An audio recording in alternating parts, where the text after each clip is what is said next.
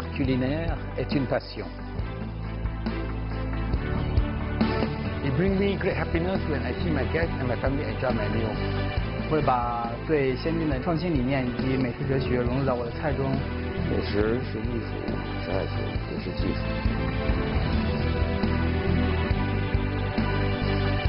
Je suis ravie de vous présenter la cuisine traditionnelle française à Bangui.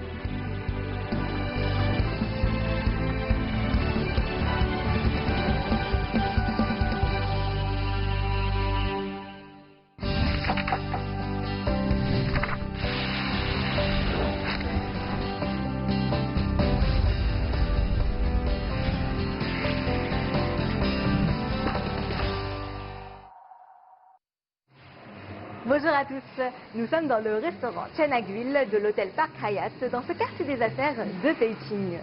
Et dans cet épisode spécial gastronomie française, nous allons réaliser 2 recettes connues et appréciées de tous les Français. Ce sera le chef Ouyang qui nous accompagnera. Je suis Lisa et bienvenue dans Secret Chef, l'émission qui donne les crocs. Bonjour à tous, je suis Martin Ouyang, le chef exécutif du Park Hyatt Beijing. Je viens de Singapour et j'exerce le métier de cuisinier depuis 1987. Cela fait maintenant plus de 30 ans. Le premier contact que j'ai eu avec la cuisine française était lors d'un concours du Bocuse d'Or dans les années 1990. Grâce à cette occasion, j'ai appris l'authentique cuisine française. Mon idée culinaire consiste à combiner les ingrédients, des méthodes de cuisson et des caractéristiques locales pour offrir la meilleure des expériences aux clients. Pour moi, c'est un bonheur que de cuisiner de délicieuses recettes aux gens du monde entier. Bonjour chef. Bonjour. Quelle recette française allons-nous réaliser aujourd'hui? 2 recettes françaises très spéciales. La première sera des moules à la provençale. C'est une recette traditionnelle. Et la seconde sera une crème brûlée au thé au jasmin, simple à préparer à la maison. Pour la première, on va utiliser des moules communes. Super, comment est-ce qu'on choisit ces moules? D'abord par la couleur. Vous pouvez voir qu'elle est très vive. Et lorsque vous tapez sur la moule, elle se referme lentement. Ça veut dire qu'elle est fraîche. Et quelle sera notre première étape? On va d'abord préparer un pain au beurre et à l'ail. Oui. Parce que le pain à l'ail doit d'abord être grillé. Voici le pain que nous avons fait nous-mêmes. Il y a aussi un beurre aux herbes que nous avons préparé. La spécialité de ce beurre, c'est que nous avons ajouté de la sauce Worcestershire et du brandy. Les ingrédients sont du beurre français, du persil, de l'ail et des oignons. La sauce Worcestershire et le brandy sont les secrets de ce beurre. Parce que le brandy est un peu sucré. Quant à la sauce Worcestershire, elle est un peu épicée. C'est une sauce anglaise, n'est-ce pas? Oui, britannique. Elle est très spéciale. D'habitude, nous n'utilisons pas le crouton parce que c'est un peu dur. L'épaisseur de la tranche est d'environ 2 cm. On tartine le pain de beurre. Enfin, j'aime bien les saupoudrer d'un peu de sel marin. Et de poivre. Allons les griller. On grille à 170 degrés Celsius pendant 8 minutes. Pendant que les pains grillent, on peut faire notre sauce à la provençale. Il y a des tomates, on les a pelées, coupées en cubes, après les avoir blanchies.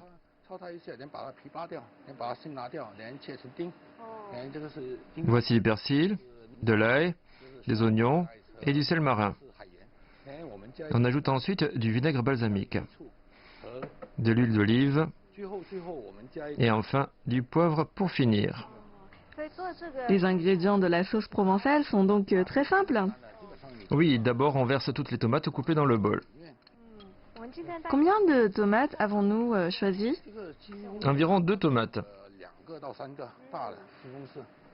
On ajoute un peu de persil, les oignons, un peu d'ail. L'ail sert à relever le goût, mais n'en ajoutez pas trop, car son odeur est très forte.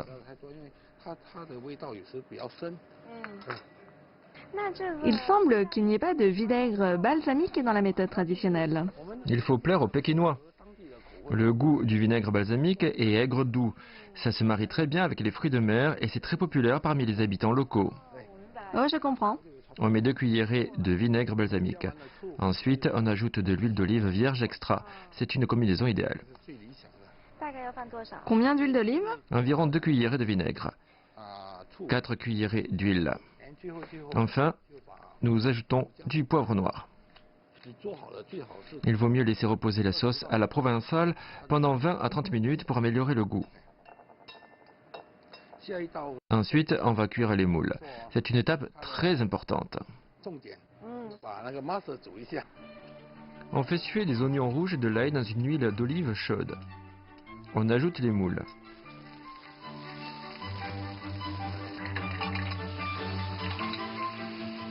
Puis la sauce provençale et on remue.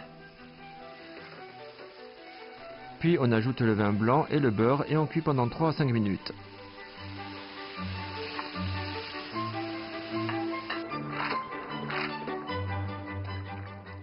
On sert avec des tranches de pain grillé à l'ail.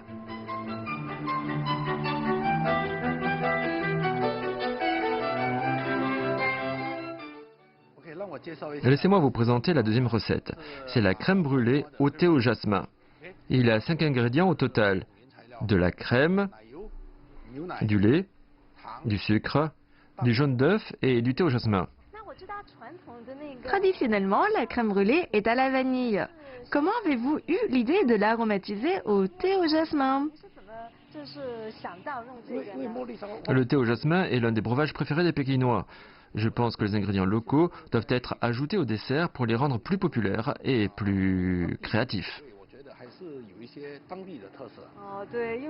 Oui, le thé au jasmin représente bien les saveurs de la Chine. Bien, on commence par quoi? La première étape est très simple. On mélange la crème et le lait dans une casserole et on réchauffe la préparation sur un feu. Attention à ne pas faire bouillir, sinon les liquides et les matières grasses se sépareront. Bien, on peut faire la deuxième étape. Super. Des œufs et du sucre et on mélange. On utilise des jaunes d'œufs ou des œufs entiers? Des jaunes d'œufs. On verse le sucre petit à petit. On ajoute le sucre lentement et non en une seule fois. Oui, je pense que le mélange lait-crème est chaud. On le met de côté.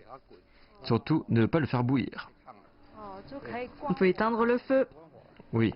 Maintenant, nous versons le thé au jasmin dans cette préparation. On verse directement les feuilles de thé. Je pensais que nous allons faire du thé avec de l'eau chaude. Mais ce n'est pas nécessaire. Non, car cela permet de mieux conserver les saveurs du thé au jasmin. C'est comme un thé au lait. Réservons-le pendant 10 minutes. Pourquoi est-ce que vous l'avez couvert? Pour mieux réserver les arômes du jasmin. Maintenant, on peut préparer une chose. Qu'est-ce que c'est? On préchauffe le four à 160 degrés pendant 30 minutes. Pour le préchauffer. Oui, comme ça la température sera idéale pour la cuisson. Oui. La température du mélange est bonne. On prend un tamis et on filtre. Est-ce une étape obligatoire? Oui, il faut filtrer et on le verse sur le mélange de jaune d'œuf et de sucre. Le mélange lait-crème ne doit pas être trop chaud. N'est-ce pas?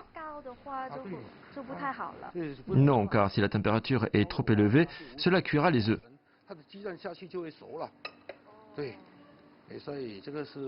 C'est donc une astuce pour réussir ce dessert.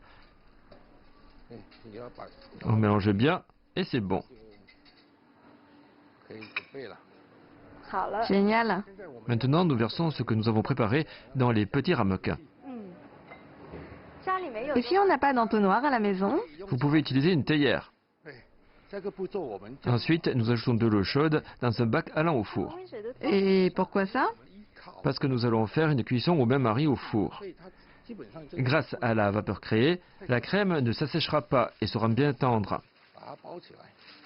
Enfin, on recouvre d'un papier d'aluminium. Bien, on enfourne. La température est de 160 degrés pendant 30 minutes. Super, nous l'avons sorti du four. En secouant doucement le ramequin, on peut voir que la surface de la crème ne tremble pas. Ça veut dire que c'est cuit. Bien. Si la surface tremble encore, il faut le remettre quelques minutes de plus. Oui, quelques minutes supplémentaires. Maintenant, nous sortons les crèmes et nous les mettons au réfrigérateur pendant 3 heures.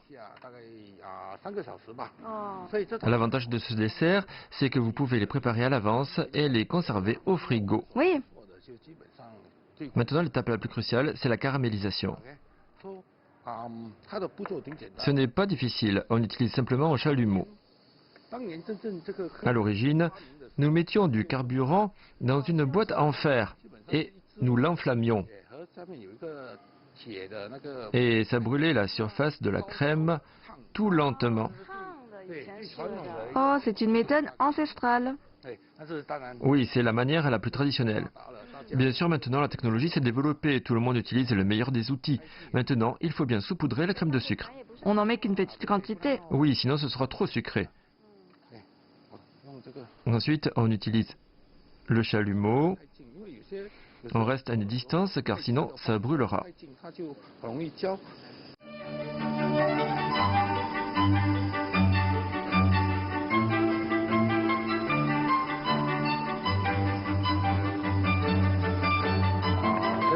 Et voilà.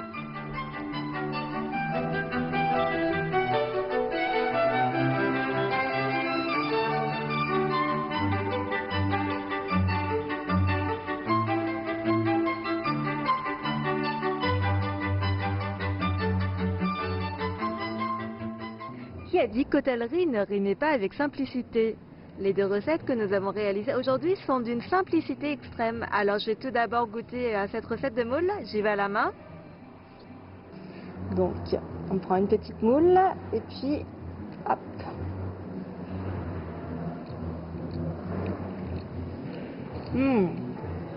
La moule est vraiment tendre, elle est vraiment charnue. Ça se marie extrêmement bien avec cette sauce tomate. On sent bien les arômes de la tomate, un peu de l'oignon. La sauce est d'ailleurs un petit peu crémeuse, onctueuse. Le chef Ouyang nous a également recommandé un vin blanc sec, un pouilly fumé de la région de la Loire.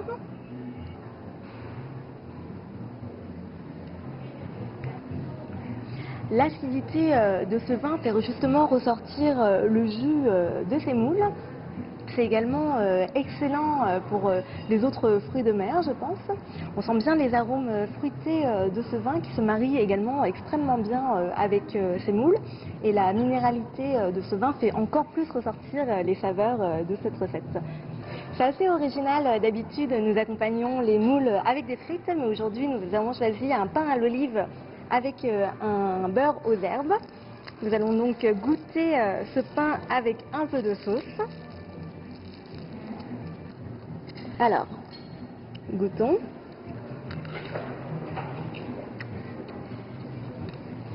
La sauce est vraiment onctueuse, crémeuse. On sent bien les saveurs de la tomate, un petit peu de saveur aussi des moules.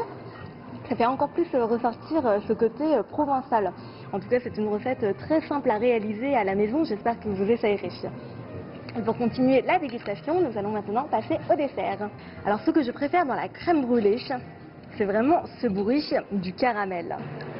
Vous l'entendez? Plus la couche est fine, plus c'est parfait.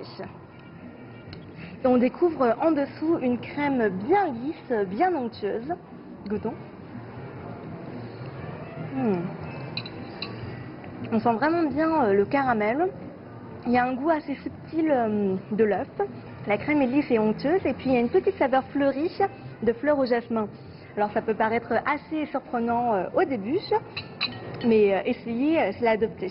En temps normal, on aurait accompagné cette crème brûlée d'un vin blanc sucré, mais aujourd'hui nous avons choisi un champagne, c'est un blanc de blanc. On sent également des arômes fleuris et fruités qui s'accompagneront à merveille avec la fleur de jasmin. L'acidité en fait de ce champagne blanc de blanc se marie extrêmement bien avec le côté sucré de cette crème brûlée. En tout cas, c'est un parfait mariage de vin avec les moules et de champagne avec ce dessert. Vous avez vu à quel point les deux recettes d'aujourd'hui étaient simples à réaliser. J'espère que vous aurez l'occasion d'essayer à la maison. Et quant à moi, je vous dis à très bientôt dans Secret Chef.